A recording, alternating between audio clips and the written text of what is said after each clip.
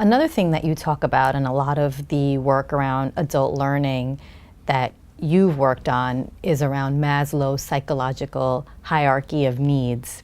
Tell us how you've adopted this in your learning organization and how leaders can adopt this effectively in their learning strategies. Oh. The theory of motivation, I think, just really informs us that learning is fundamental. It's a fundamental psychological need.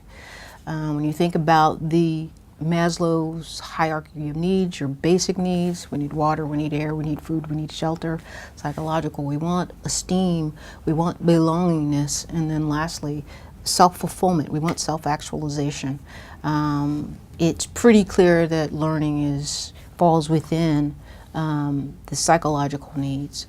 And I think this also threads right through adult learning theory, if you will, that tells us that adults want to be self-directed. They want to diagnose their own problems, which is why I think YouTube does so well.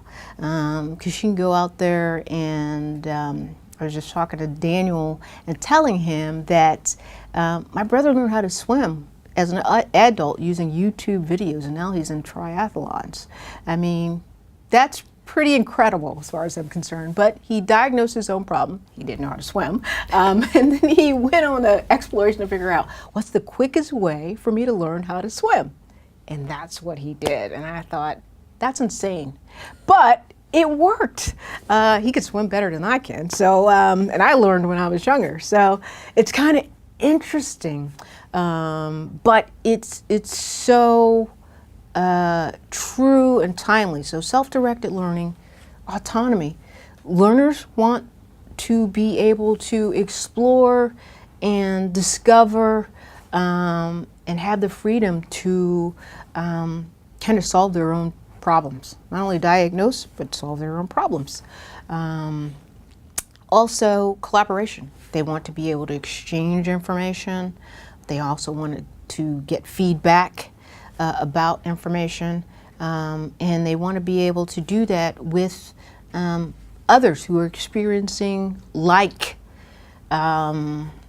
situations, if you will, or exploring like things, or wanting to achieve like or very similar skills. And then, lastly, it's reflective time. Most learning practitioners don't think about reflectiveness in this way, but reflective time is important because I think of it more scientifically, that the fact that we are so overwhelmed with content and information, and learning organizations, we create so much content and deliver so much content, it's impossible scientifically for people to consume and learn and retain as much as we actually create and deliver. Just not possible, maybe unless you're a robot. So science has shown us you need time between the information that you're consuming and retaining the information to kind of digest it, to kind of let it absorb. And that's why micro-learning, if you will, is so important and has